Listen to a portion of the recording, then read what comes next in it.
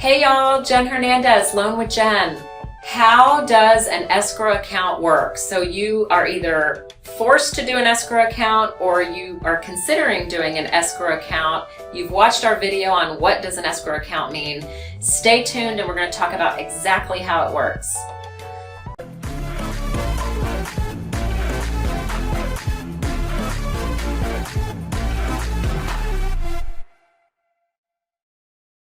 Okay everybody, we're back. Escrow. So this is the money held in custody by the lender for your taxes and your insurance. You can choose to escrow, you can do it or not do it if you put 20% down on a conventional loan, just to repeat the definition. But if you're putting less than 20% down, the lender is mandating that you escrow. It's because you haven't demonstrated enough savings ability or discipline to pay the annual fees. They don't want to set you up for failure. They want this to be easy for you. So paying 1/12 of taxes and insurance of your payment is a fantastic thing. I do it even though I don't have to because it's easy. It's out of sight, out of mind. So I'm not late. Okay? So here's how it works. We're going to take the example of, let's just say that your taxes are $6,000 a year, and which is $500 a month. And let's say that your homeowner's insurance is $1,200 a year or $100 a month, okay?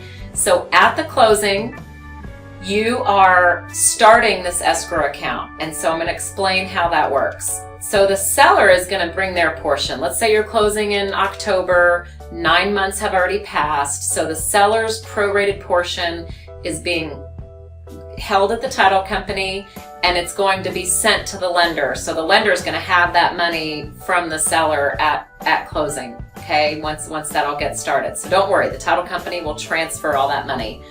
But your portion, starting in October, so your first payment isn't till December. December is your first payment. So what about November? So that's 1 month that they have to collect at the closing of your taxes. So that's $500. In addition, they collect 2 months of escrow. So 2 months of reserve or cushion is collected in addition. So that's another $1,000. So we're already at $1,500 for taxes. 1 month for the month that you're not making a payment in November, and then the 2 months, so that's 3 months total, of the cushion, because taxes normally go up. So there's always maintaining a cushion in your escrow account, okay? Now let's talk about insurance. This is the one that I think a lot of people really don't think about. So at the closing, you have to pay 1 year of insurance up front. Everybody has to do that whether you escrow or not. So $1,200 is due to whoever you have chosen as your carrier for homeowners insurance, okay? Now, at the closing, so back to the example of October closing, December first payment.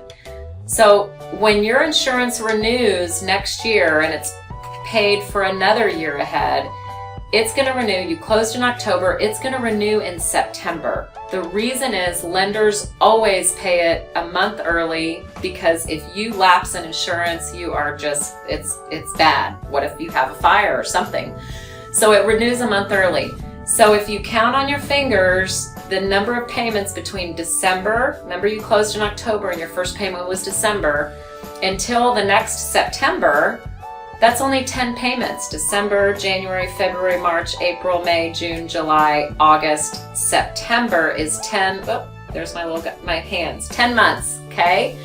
So 10 months, where's the other 2? We've got to send 12 months to ABC Insurance Company. So that 2 months that we know we're going to be short is collected at your closing initially.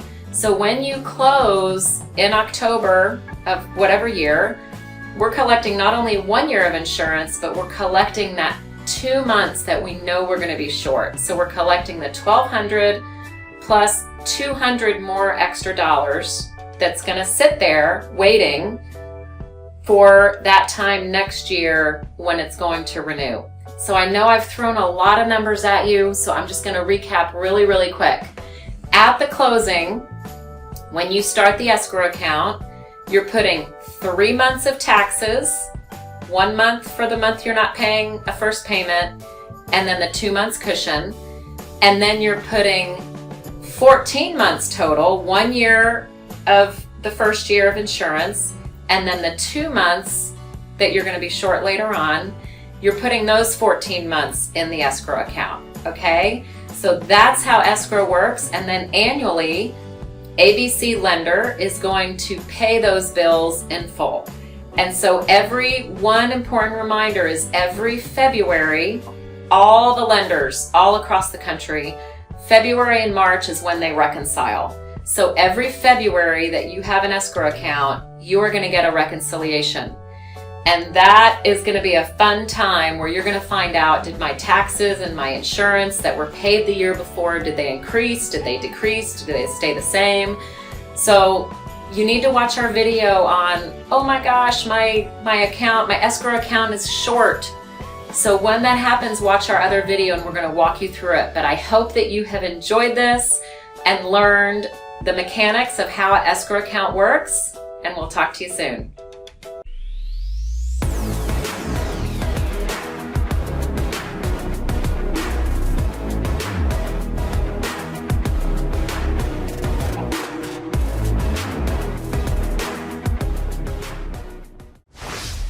Legacy Mutual Mortgage is an equal housing opportunity lender. The opinions expressed here do not reflect those of Legacy Mutual Mortgage.